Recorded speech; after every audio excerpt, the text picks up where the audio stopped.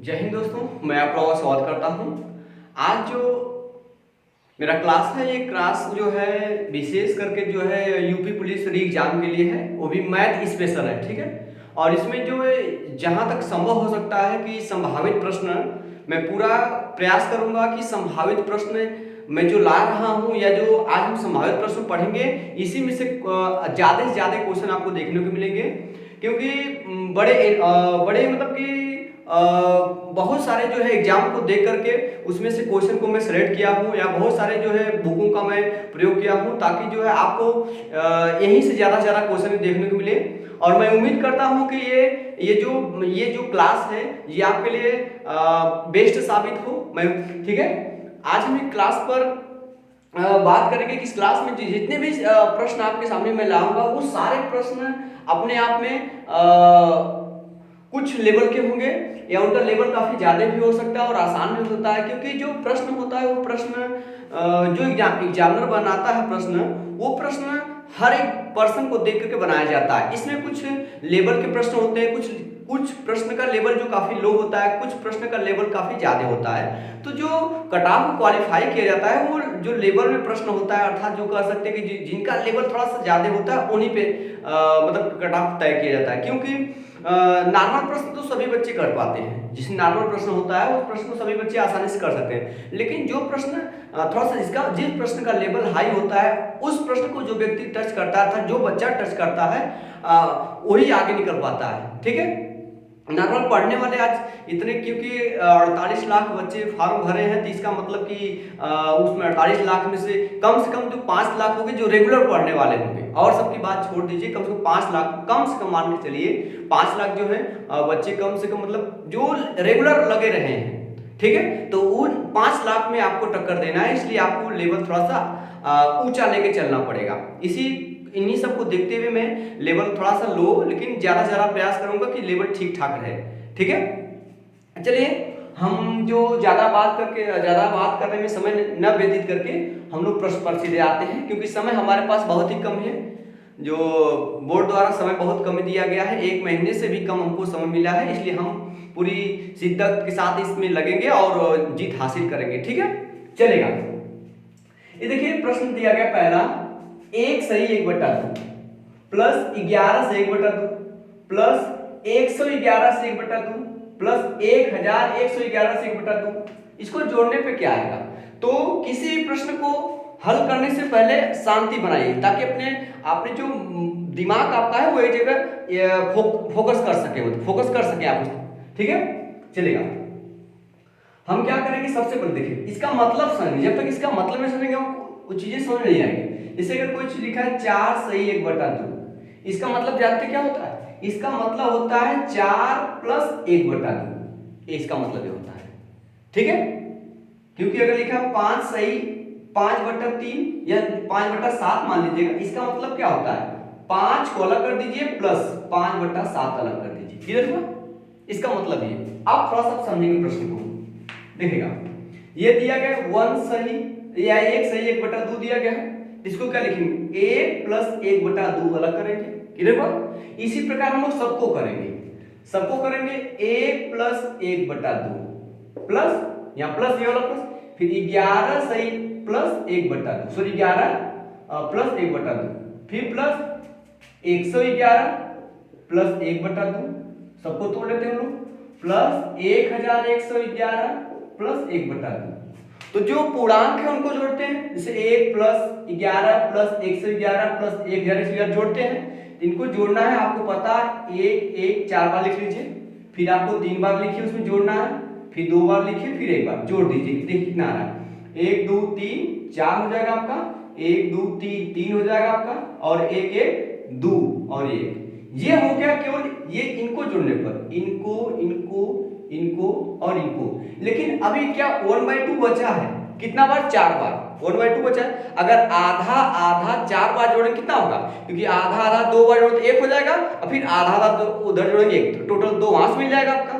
तो 2 इसमें और इंक्लूड कर दीजिए आप, 4 2 6, हाथ से 2 बचेगा 3, ये 2 लिख लीजिए, और 1 1236। इसका सही जवाब क्या होगा?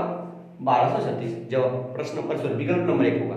ठीक है, नहीं तो आप इस तरह कर लीजिएगा। अगर आपको समस्या हो रही है तो आप इस तरह का प्रश्न कर सकते हैं, ऐसे कर सकते, सॉरी ऐसे कर सकते हैं। देखिए हर सबका हर सेम है, ऊपर जोड़ दीजिए, a + 2 3 4, 4 बटा क्या लिखेंगे 2, तो 2 से काट देंगे तब भी 2 आ जाएगा।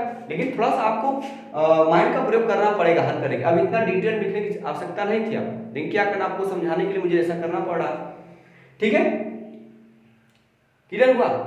अगर आपको समस्या हो रही तो एक बार वीडियो फिर से वापस करके देख लीजिएगा, पॉज करके चाहे जब। ठीक है, चलिए प्रश्न नंबर 2 पर हम लोग आते हैं। देखिए प्रश्न नंबर 2 क्या कर रहा है, ए ने बी को कोई वस्तु 25% लाभ पर बेची।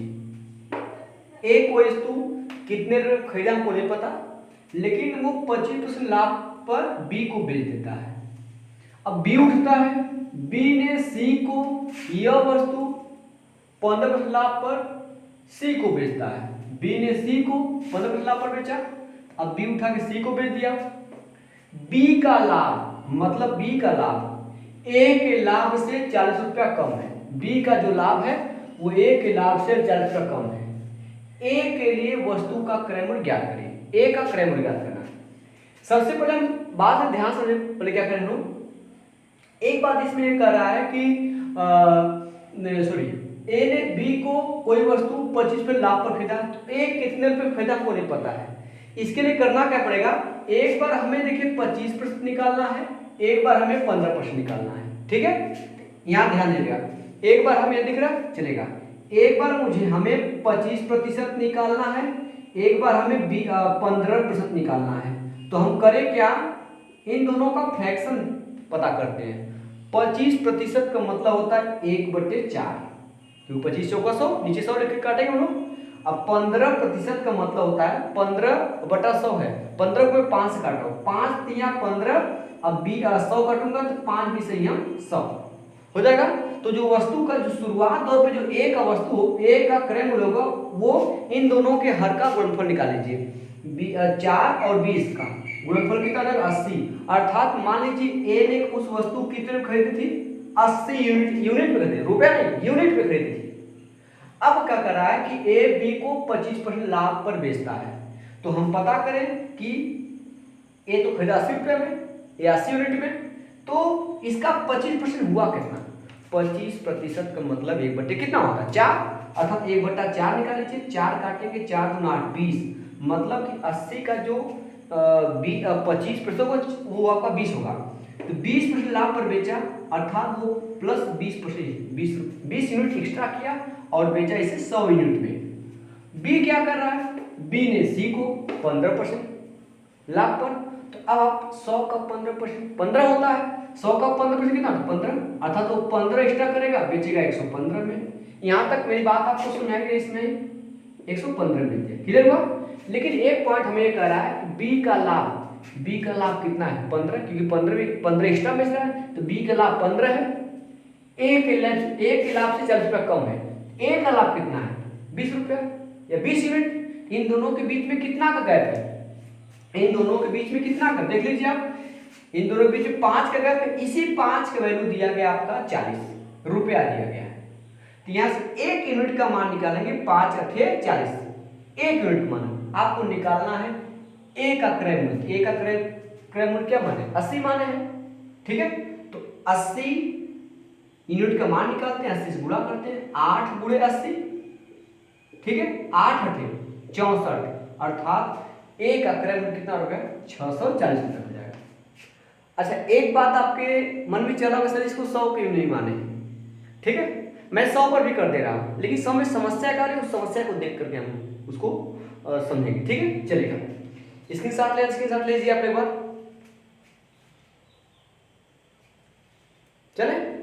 चलिएगा हम इसको 100 क्यों नहीं माने वो भी बताते हैं। चलिएगा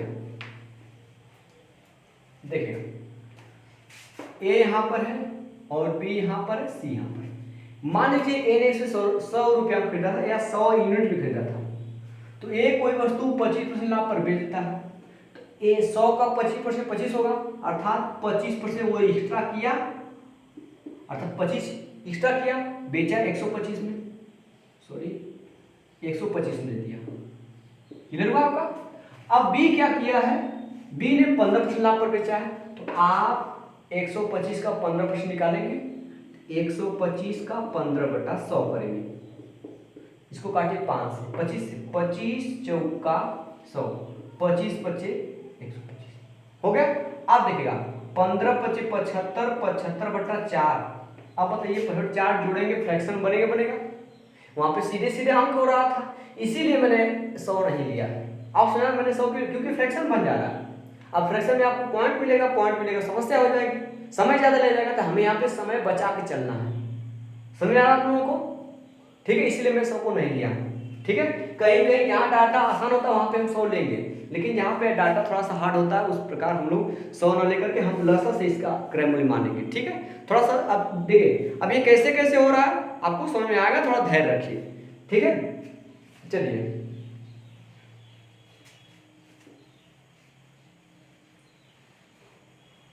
हम लोग अगले प्रश्न आते हैं। ठीक,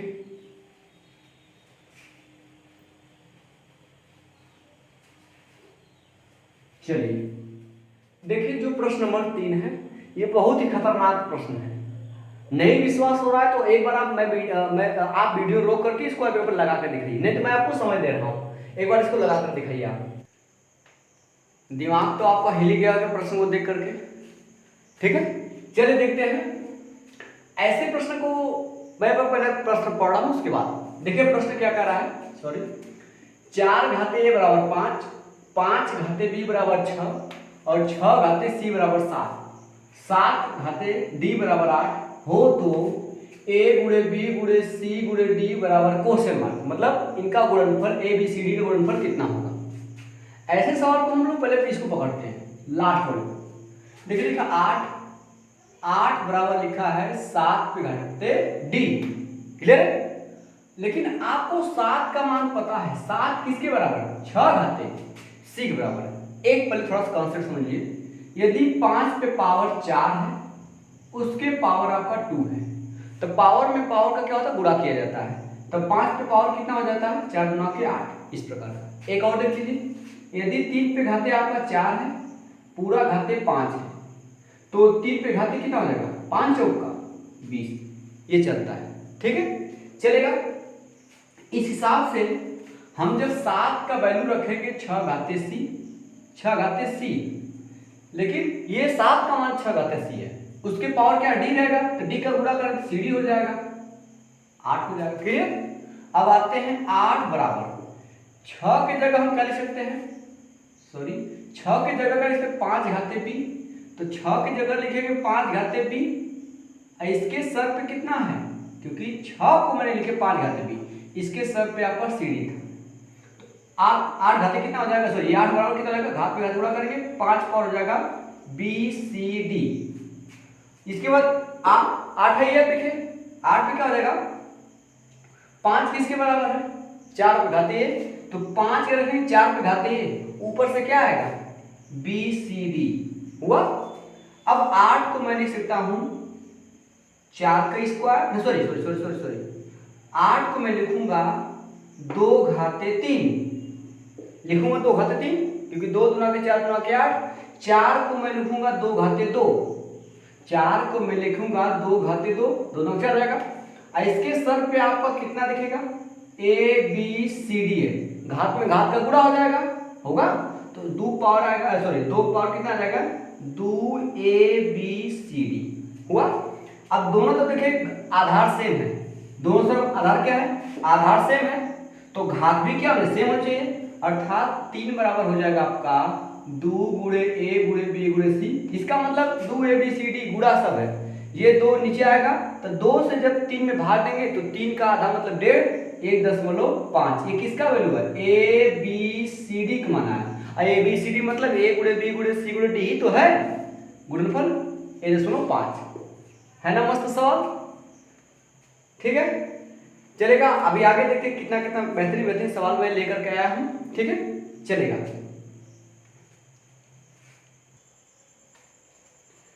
चलिए हम लोग प्रश्न नंबर 2 पर आते हैं, प्रश्न नंबर 4 पर आते हैं। देखिए प्रश्न नंबर 4 क्या रहा है, आज गर्मी थोड़ा ज्यादा है। ठीक है, चलेगा। करा 5 वर्ष में निवेश की गई राशि मतलब प्रिंसिपल की बात कर रहा है, 5 वर्ष में निवेश की गई राशि और तथा रहेगा तथा प्राप्त मिश्र धन का अनुपात 5:8 है। तो ब्याज की दर ज्ञात करना है। अगर हमें पता चले एक साल में ब्याज कितना मिला है और मूलधन कितना, तो हम इस हिसाब से निकाल सकते हैं। तो अगर 5 वर्ष में निवेश की गई राशि मतलब प्रिंसिपल मूलधन और प्राप्त मिश्र धन मतलब अमाउंट, इन दोनों के बीच जो अनुपात है वो 5 कितना है 8 है। ठीक है, तो ब्याज की दर ज्ञात करना है। देखिए अगर आप चाहें तो आप ऐसे भी कर सकते हैं। एक तरीका है कि आप प्रिंसिपल अगर 100 होता है तो हमें गणना करने में आसानी होती है, तो इसको 100 बनाना है। अगर आप इसको 100 बनाना है तो इसमें कैसे गुणा करेंगे 20 से, इसमें 20 से गुणा करेंगे, 20 × 100। आपको इधर से भी गुणा करना होगा, तो 20 और ठीक इधर 160। अब इसका मतलब 100 रुपया आपके पास था और आपने 5 वर्ष के बाद आपको 160 रुपया मिला। सोचिए ब्याज कितना मिला है, ब्याज मिला है आपको 60 रुपया। ये जो 60 रुपया ब्याज मिला है कितने साल का, 5 साल का। हमें 1 साल का चाहिए, 1 साल का ब्याज कितना है, क्योंकि 1 साल में हम आसानी से ब्याज की दर निकाल सकते हैं। तो अगर ये 5 साल का ब्याज है तो 1 साल का ब्याज निकालेंगे, 5 से भाग देंगे तो आपका आएगा लगभग 12 × 5 था। 1 साल का ब्याज 12 रुपया। अगर सोचिए 100 रुपया मुझे 12 रुपये ब्याज मिल रहा है, इसका मतलब ब्याज की दर क्या होगी 12% होगी। 100 पे सीधे 12% होता है, अर्थात इसका क्या होगा, सही जवाब हो जाएगा 12%। आपका विकल्प नंबर 4 सही हो जाएगा। ठीक है, अभी प्रश्न थोड़ा सा आज ये पहला सेट है इसलिए मैं लेवल थोड़ा सा लो लिया हूँ। इसके बाद जो नेक्स्ट लेवल होगा या नेक्स्ट जो आपका प्रैक्टिस सेट होगा उसमें लेवल थोड़ा ज़्यादा होगा। ठीक है, चिंता न करिए, हर लेवल का प्रश्न आपके सामने मैं प्रस्तुत करूंगा। ठीक है, चलेगा। अगले प्रश्न हम आते हैं। चलिए प्रश्न नंबर हम लोग 5 पर आते हैं। देखिए प्रश्न नंबर 5 बहुत ही बेहतरीन प्रश्न है। ठीक है, मैं ये चाहता हूं कि आप इस प्रश्न को एक बार देखें, वीडियो एक बार रोक लीजिए और रोक करके एक बार आप इस प्रश्न को पहले लगाइए, इसके बाद तब आगे वीडियो को स्टार्ट करके देखिए। ठीक है, कर लिए आप लोग। चलिए देखिए प्रश्न है ना मजेदार, चलिए देखते हैं लोग। देखिए कुछ इससे विशेष में ऐसा कोई है नहीं कि इसमें आपको समस्या हो, थोड़ा सा दिमाग लगाना है। देखिए करना क्या है, ये जो लिखा क्या गया 1/2 ही तो लिखा गया है, 2 × 1 = 2, 1/2 हो जाएगा। इसी प्रकार करना क्या, इसे लिखना है 1 - 1/2, क्योंकि इस पूरे भी सकते गुणा करेंगे 2 × 1 = 2, क्योंकि 1 में से आधा घटाएंगे तो आधा बचेगा, फिर प्लस 1, इसको देखिए 1/2, ध्यान से प्रश्न 1/2 - 1/3 कर सकते हैं, देखिए करिएगा, प्लस यहाँ करेंगे 1/3 - 1/4, इस प्रकार करते जाएंगे। यहाँ 1/99 - 1/100, ठीक है, आपको निकालना है। इसमें देखा जाएगा तो आपका ये प्लस 1/2 माइनस 1/2 क्या रहेगा, कैंसिल। ये माइनस 1/3, ये प्लस 1/3 क्या रहेगा, कैंसिल। ये माइनस 1/4, इसे आगे आएगा प्लस 1/4 कट जाएगा आपका, और इसके पहले का माइनस 1/99 तो कट जाएगा आपका। यहाँ से बचेगा 1, उधर बचेगा 1/100 बचेगा। इसको हल कर लीजिए, 100 एक कम 100 में से कम कर दीजिए, कितना करेंगे आप 100 में से 99 बटा क्या रहेगा 100। इसका सही जवाब क्या है, विकल्प नंबर 2 है ना। बस मजेदार सवाल, चलिएगा। चलिए इस सवाल को आप लोग कर लिए होंगे। ठीक है, चलिए ध्यान दीजिएगा, इसको समझने से पहले हम लोग एक बात पर ध्यान दें बेटा, जिससे आपको पता होगा a² - b² का फार्मूला क्या होता है, एक कोष्टक में a + b और एक कोष्टक में क्या होता है a - b होता है। ठीक है, इस हिसाब से यदि आपका आएगा, देखिए यहाँ पे हम लोग इसको भी करेंगे इस हिसाब से, देखिए ध्यान से 1 - 2 दिया है तो 1/2 का स्क्वायर करके इस पूरे का स्क्वायर ऐसे कर सकते हैं, इसको 1 का स्क्वायर कर सकते हैं, तो आपको बनाएंगे ना a² - b², इस टाइप का बन गया आपका। इस हिसाब से हम क्या करेंगे, इसको बनाएंगे। ठीक है, लिखेंगे एक कोष्टक में 1 - 1/2, दूसरे क्वेश्चन लिखेंगे 1 + 1/2 हो जाएगा। केवल अभी इसका हो गया, इसका करेंगे एक कोष्टक में 1 - 1/3, एक कोष्टक में 1 + 1/3। समझ रहा आपको, नहीं समझ रहा, आगे चलेंगे इनटू, इसको लिखेंगे एक कोष्टक में 1 - 1 - 1/4 हो जाएगा, और एक कोष्टक में 1 माइनस 1 प्लस 1/4 हो जाएगा। इसे चलता चलेगा, आगे दिख रहा, चलिए ठीक मैं लिख दे रहा हूँ। इसी प्रकार आगे चले, मैं इसको आगे लिख दे रहा हूँ, वहां नहीं यहाँ लिख दे रहा हूँ, ठीक है। एक कोष्टक में 1 माइनस 1/19 हो जाएगा आपका, और दूसरे कोष्टक का होगा 1 प्लस 1/19। इसी में आगे हम लोग करेंगे एक कोष्टक में 1 माइनस 1/20, फिर लिखेंगे 1 प्लस 1/20। क्लियर हो रहा आपका? अब इसको हम लोग हल करेंगे, ठीक है। देखिए 2 एकम 2, 2 में से एक जाएगा 1 बटा, इसका मतलब 1 बटा 2 हो गया, गुणे यहाँ ये वाला, फिर 2 एकम 2 1 3, 3 बटा 2 आपका आ गया, सही है। फिर गुणते आगे आएंगे यहाँ से 3 एकम 3, 3 में से एक जाएगा 2 बटा कितना हो जाएगा 3, फिर गुणते आगे बढ़ते जाइए 3 एकम 3, 3 1 4 बटा कितना हो जाएगा 3, फिर गुणे 4 एकम 4 में से एक जाएगा 3, 3 बटा 4, इस लेके 4 एकम 4, 4 में से एक जाए, सॉरी 4 एकम 4 1 5, 5 में कितना 4। इस प्रकार ये सीरीज आगे चलती रहेगी। और आगे आएंगे ध्यान देखिए 19 एकम 19, 19 में से एक जाएगा 18, 18 बटा क्या जाएगा 19, गुणे 19 एकम 19, 19 से 20, 20 बटा कितना आ जाएगा 19, ठीक है। गुण ध्यान दीजिएगा 20 एकम 20, 20 में से एक घटेगा 19, 19 बटे कितना आएगा 20, गुणते 20 एकम 20, 20 एक 21 बटा कितना होगा आपका 20। अब ध्यान से देख लीजिए आप, हो क्या है ऐसे ही चल रहा है, ये वाला 3 इस 3 से कटेगा, ये वाला 2 इस 2 से कट जाएगा, ये वाला 3 इस 3 से कटेगा, ये वाला 4 ये 4 कटेगा, मतलब अब ये वाला 5 इस 5 से कटेगा, यहाँ पे 4 होगा वो 4 इससे कट जाएगा। इसी प्रकार ये वाला 19 देखिए इस 19 कटेगा, और ये वाला 20 इस 20 से कट जाएगा, ठीक है। अब लास्ट में देखें, अब लास्ट में बच गया। इसी प्रकार ये वाला 19 18 यहाँ से कटेगा, ये वाला 19 यहाँ से कट जाएगा, ठीक है। ये सब कटेगा, शुरुआत का बचेगा 1/2 और उल्टे लास्ट बचेगा 21 बटा कितना बचेगा आपका 20 बचेगा, सही है। हम क्या करेंगे अब देखिएगा, आप चाहें तो क्या कर सकते हैं कि इस 2 का गुणा कर सकते हैं, 20 में 40 हो जाएगा, चाहे आप 21 से कम 21 गुणा करें, 21 कम 21 नीचे 20 गुना के 40, तो 40 में जो 0 है 0 से भाग दीजिए, क्योंकि 0 से भाग देने में एक अंक पे दशमलव लगता है, तो हो जाएगा 2.1, नीचे आपका 4 बच जाएगा, क्योंकि 10 मैंने भाग दिया था तो एक अंक पे दशमलव लगेगा। अब 2.1 में 4 से भाग देना है, तो 2.1 में आपको 4 से भाग देना है, तो 4 भाग 2 में जाएगा नहीं, तो दशमलव को उतार देंगे हमें और एक लेंगे तो 21, 4 पंजे कितना हो जाएगा आपका 20 होगा, 21 में 20 जाएगा, एक बचेगा, एक दशमलव रहिए 10, 4 गुना कितना हो जाएगा 8, फिर आपका 2 बचेगा, दिखा नीचे चलेगा ऊपर 2 बच जाएगा नीचे, फिर एक 0 उड़ाएंगे 20, फिर 4 पंजे 20, देखिए कितना आपका आ गया 0.525, कौन सा ऑप्शन सही है 525, ये वाला आपका थर्ड ऑप्शन क्या है सही है। सवाल एकदम मजेदार है और काफी लेवल में है ये सवाल, ठीक है। समझ आप लोगों को क्लियर हुआ?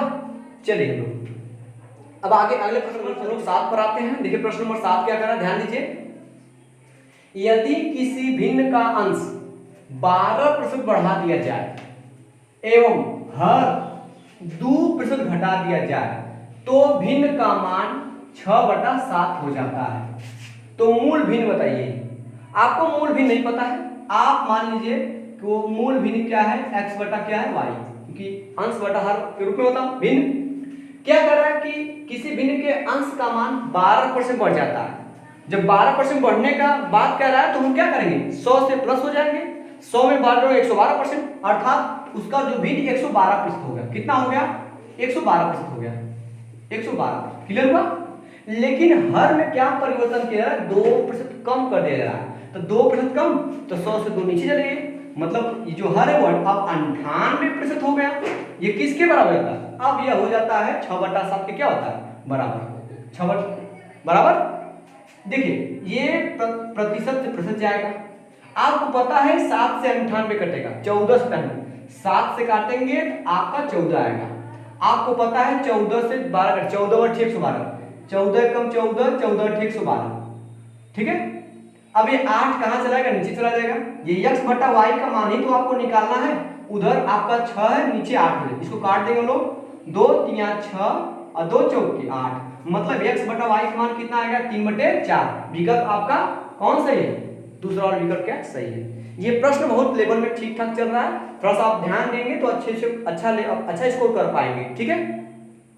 चलेगा।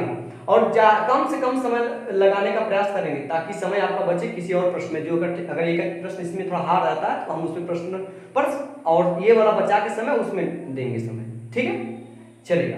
चलिए हम लोग प्रश्न नंबर 8 पर आते हैं। देखिए प्रश्न नंबर 8 क्या कह रहा है। प्रश्न नंबर 8 अपने आप में कुछ दम रखता है, ठीक है। चलिए ध्यान दीजिएगा, यदि यह एक प्राकृतिक संख्या हो तथा 10 पे घाते n -1 के अंकों का योग 4707 हो तो n का मान निकालें।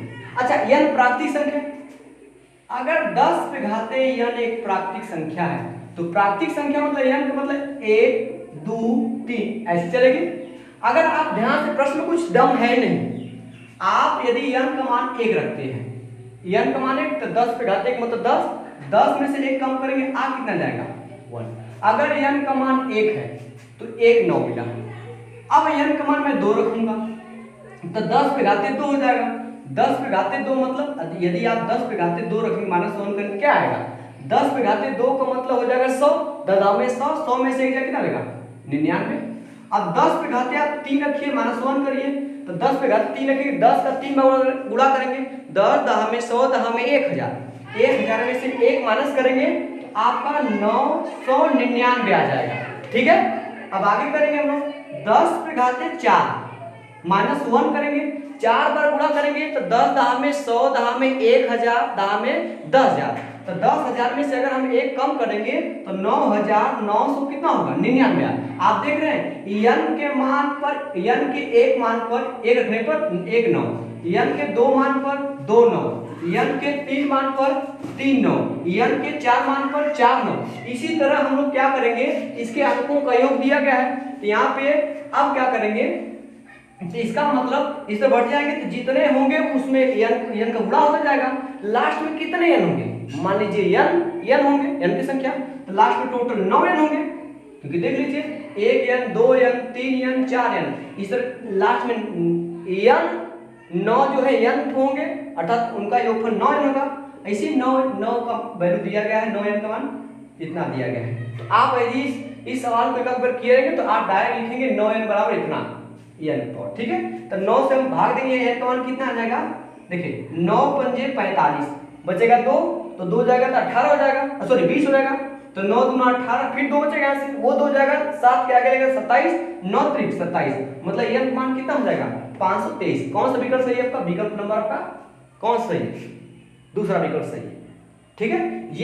ये प्रोसेस आपको समझना पड़ेगा, लिखना नहीं है पेपर में आपको, ठीक। डायरेक्ट आप समझे कि इसमें n एक, अगर n का मान 1 है 1 9 मिला, n का मान 2 है तो 2 9, n का मान 3 है तो 3 9। इसी तरह अगर n का मान n होंगे तो उसमें 9 की संख्या 9 n होगी, तो 9 n क्योंकि अंकों को जोड़ेंगे तो 9 9 जोड़ेंगे, फिर 9 9 18, 9 9 18 9 27, अंकों को जोड़ना है तो 9 को यदि 2 बार जोड़ना तो 9 में 2 गुणा करिए, 9 को 10 बार जोड़ना तो 9 का 10 में गुणा करिए, 9 को 5 बार जोड़ना है तो 9 का 5 में गुणा कर दे डायरेक्ट, इससे 9 को n बार जोड़ना तो 9 से गुणा कर देगा, 9 n उनका योगफल हो गया, दिया n का मान निकाल लिया, क्लियर है। चलिए क्वेश्चन नंबर 8 करते हैं हम लोग, ठीक है। ऑफिस से घर जाते समय गिरी की कार में कुछ खराबी आ गई, इसलिए उसे घर पहुंचने में सामान्य समय मतलब जितना समय उसे लगना चाहिए उससे 16 सही 2/3% अधिक समय लगा।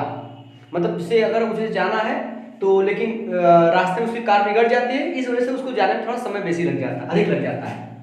इस मामले में उसकी गति सामान्य गति से कितनी % कम हो गई या कम है। अच्छा एक कंसेप्ट आप समझेगा, उसे घर से ऑफिस ही जाना है, दूरी में कोई परिवर्तन नहीं हो रहा है। आपको पता है कि जो चाल बराबर फार्मूला होता है दूरी बटा क्या होता है आपका समय। अगर दूरी कांस्टेंट है तो जो चाल का रेशियो होता है वो समय का उल्टा होता है, ठीक है। जो चाल का रेशियो होता है वो समय का क्या होता है आपका उल्टा, सॉरी, ठीक है, चलेगा।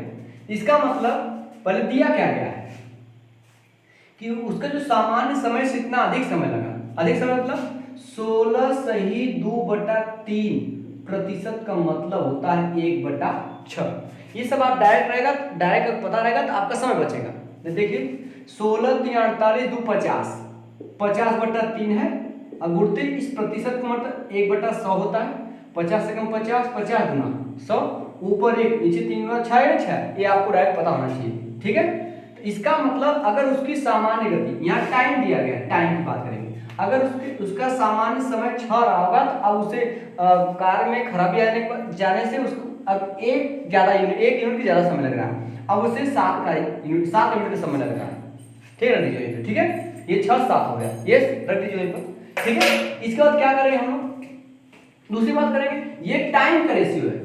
इसका अभी मैंने बताया कि टाइम का रेशियो जब दूरी कांस्टेंट होता है, टाइम का रेशियो जो होता है वो आपका मतलब कि चाल का जो है स्पीड का उल्टा होता है, या स्पीड का रेशियो टाइम का उल्टा होता है, तो यह स्पीड का रेशियो कितना हो जाएगा, 6:7 हो जाएगा। क्लियर होगा, इसका मतलब अब उसकी स्पीड 6 से 7 हो गई, सॉरी ये कम हो जाएगा, इस 7 से कितना 6 हो जाएगा, उल्टा करेंगे 7 से 6 हो जाएगा, तो इसकी स्पीड जो 7 से कितना 6 होगी, कितना यूनिट कम हुई, 7 से 6 1 कम हुई, तो कितना से 7 से 1/7। अब इसको परसेंटेज व्यक्त करना है, 1/7 आपको पता होना चाहिए कितना होता है, 14/2/7%। नहीं तो आप चेंज कर लीजिए, 1/7 में इसको परसेंटेज चेंज करना है, आप 100 से गुणा करेंगे, आ कितना जाएगा 100/7। जब 100 में भाग करेंगे आप, 7 का भाग जाएगा 1 में, 7 1 कम 7, 10 में 7 1 कम 7, 2 बचेगा, सॉरी 3 बचेगा, 3 जाएगा तो 30, तो 7 चौक 28, फिर 2 बचेगा, 2 ऊपर लिखेगा नीचे 7 लिखेगा, देखिए आ गया। तो यार आपको 1/7 का मतलब होता है 14/2/7। ठीक है, थोड़ा सा कुछ चीजें याद रखेंगे तो आपके लिए बेटर होगा, नहीं तो आप हर बार निकालेंगे चीजें। ठीक है, चलिए क्वेश्चन नंबर 9 आप करके दिखाइए, थोड़ा सा हेबा करिए, तब तक देखिए आ रहा, आज गर्मी बहुत है, कर दिखाइए बात।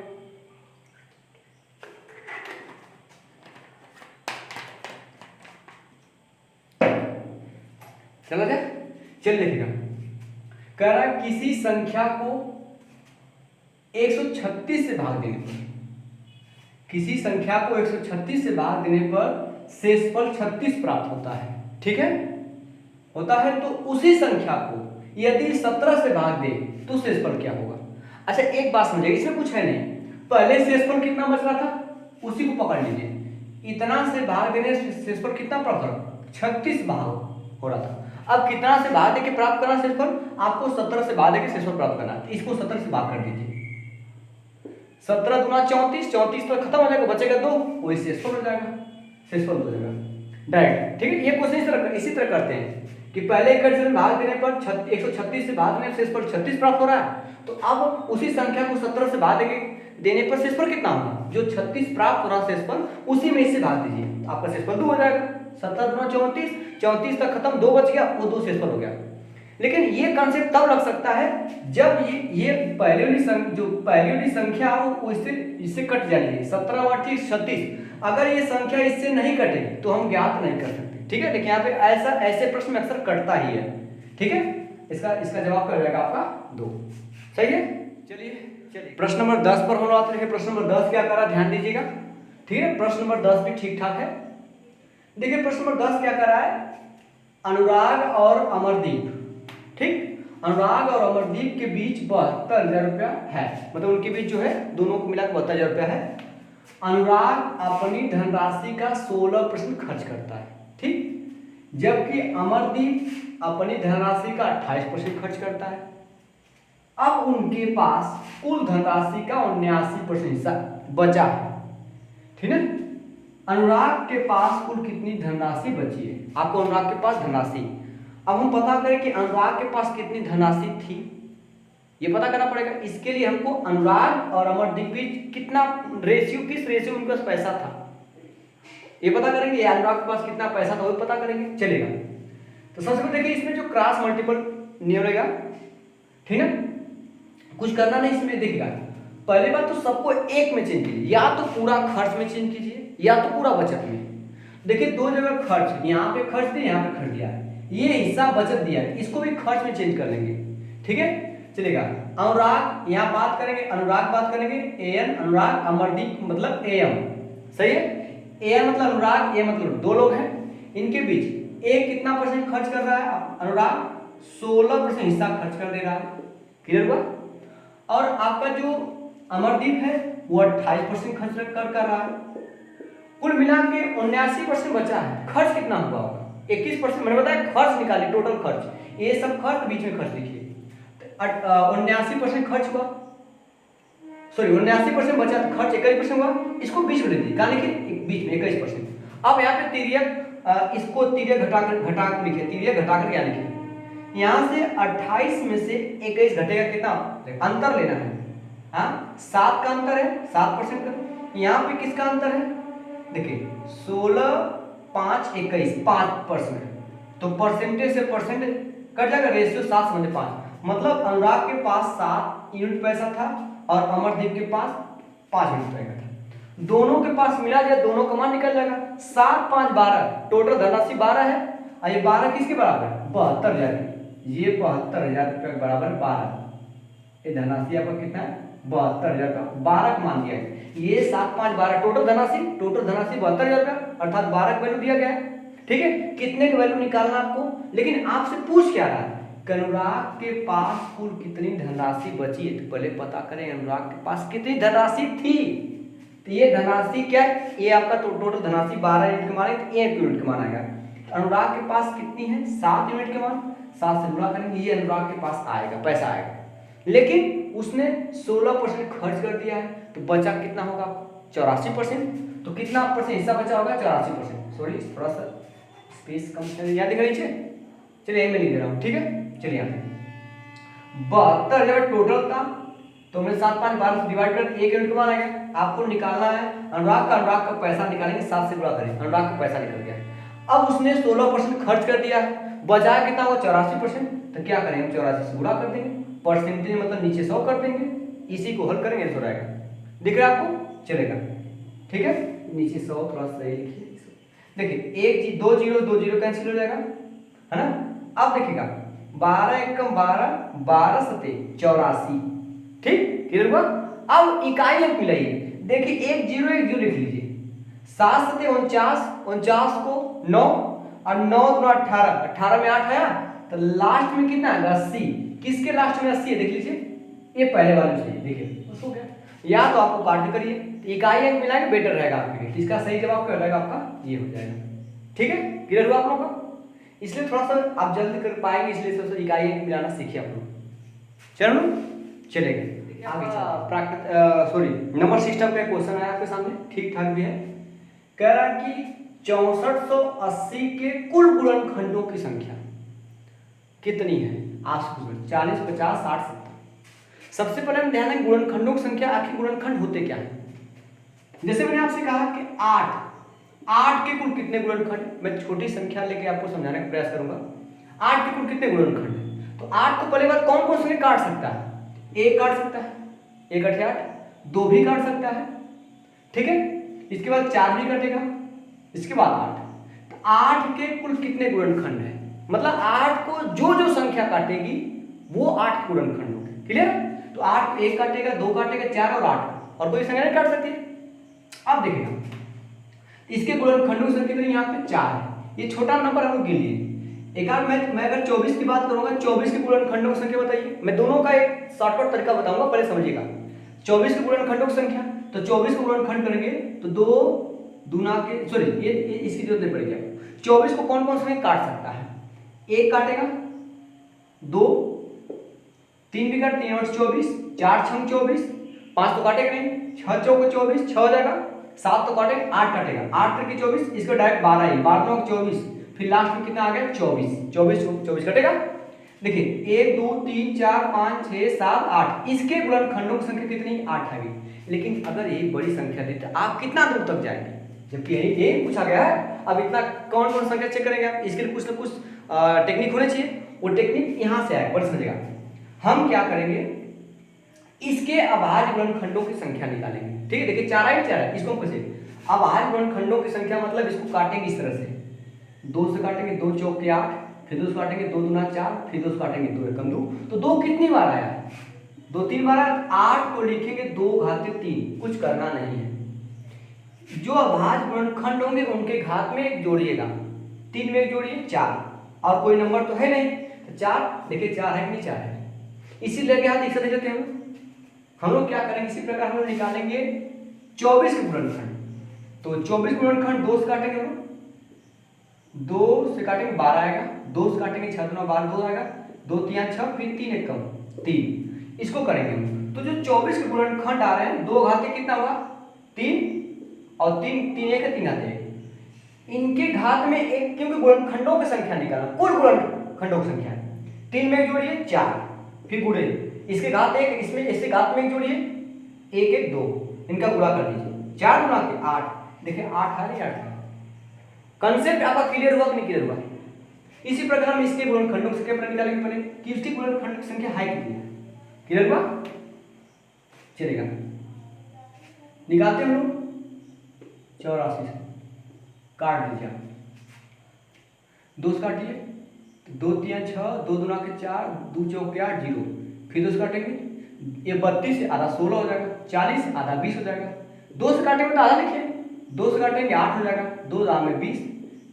अब आप 2 से काटेंगे, 2 चौक 8 10 तक 2 अंक लेंगे, इसे 0 बढ़ाएंगे, 2 पंजे 10, इसको 5 से काट दीजिए, 5 8 40, कोई जरूरी नहीं है आपके यहाँ पर 3 से ही काटे, किसी से काट दिए, 5 40 5 1 5 81 9 से कटता है, 9 9 81 9 9, सबको गुणनखंडों से निकालना। 2 कितनी बार आया, 2 आ गया पर 4 पे, 5 एक ही बार आएगा 5, 9 में 3 कितना होता है, 9 में, क्योंकि 9 गुणे सकते हैं 3 गुणे, इसमें 2 3 छुपा हुआ, 2 3 इसमें छुपा हुआ, टोटल 3 हो कितना गया, टोटल 3 हो गया 4, हो गया 3 4, क्लियर नहीं क्लियर आपको? अब देखिए इसे घात में एक जोड़िए, 4 में जोड़ेंगे 5 गुणे, इसके घात में जोड़िए, इसके घात एक जोड़ेंगे 1 1 2, फिर गुणे 4 में जोड़ेंगे 5, बस गुणा कर दीजिए, 5 गुणा के 10 10 पंजे 50, अर्थात 6480 के कुल गुणनखंडों की संख्या कितनी हो जाएगी, 50 होगी। क्लियर हुआ? ठीक। अगर यहीं पे, ठीक है, अगर यहीं पे आपसे पूछ देता कि सम गुणनखंडों की संख्या बताइए, सम गुणनखंडों की संख्या, अगर पूछा सम गुणनखंडों की संख्या, सम जो सम संख्या हो, इसमें करना, इसमें कोई वृद्धि नहीं करना, इसमें कोई वृद्धि नहीं करना, 4 को 4 लिखना है और बकिया वृद्धि करना, सम वाले में कोई वृद्धि नहीं और समय एक वृद्धि, इसमें एक वृद्धि करेंगे 2, इसमें एक वृद्धि करेंगे 5, गुणा कर देंगे, 4 गुना के 8 8 पंजे 40, ये हो गया सम गुणनखंडों की संख्या। अगर पूछता विषम गुणनखंडों की संख्या, किसका पूछता, विषम गुणनखंडों की संख्या, सम वाले को गायब कर दीजिए, सम वाले हटा दीजिए, बस काम खत्म, सम वाले को खत्म कर दीजिए, कितना बचा आपका, एक में जोड़ेंगे 2 हो जाएगा और गुणे 4 में 5, विषम गुणनखंडों से कितना है 10। क्लियर हुआ? सम विषम और अगर अभाज्य कहेगा तो ये सीधा ये जो निकालते हैं अभाज्य गुणनखंडी तो होता है, जोड़ दीजिए, 4 1 5 5 4 9, अभाज्य गुणनखंडों की संख्या 9 हो जाएगी, घातों को जोड़ते केवल अभाज्य। क्लियर हुआ? ये 4 टाइप के प्रश्न यहाँ से आपसे पूछ सकते हैं। ठीक है, 12 पर आते हैं। प्रश्न 12 क्या कर रहा है, दिया गया है a y 3 y 6, ये एक संख्या है, ठीक, पूर्ण संख्या है, पूर्णतया 11 से विभाज्य है, तो y का मान क्या होगा? ये संख्या 11 से विभाज्य है, कौन कौन, एक है, कौन कौन एक ही संख्या है मिला करके, ये y से कट रहा है, तो आपसे पूछा y का मान, सॉरी 11 से कट रहा है तो y का मान क्या होगा? अच्छा, 11 से कटने का मतलब 11 का नियम होता है कि ऐसी संख्या 11 से कटेगी जिनके सम स्थानों पर स्थित संख्या का योग और विषम स्थानों पर स्थित संख्या का योग का अंतर या तो 0 हो या तो 11 का मल्टीपल हो, मतलब या तो 11 से कट जाए, वो संख्या 11 से क्या होती कट जाती है। तो सम स्थान मतलब पहला स्थान पकड़ते हैं, फिर तीसरा 1 3 4 4 6 10 20, पहले तीसरे पांचवें, मतलब विषम स्थान का योग कितना आ गया, 10 आ गया।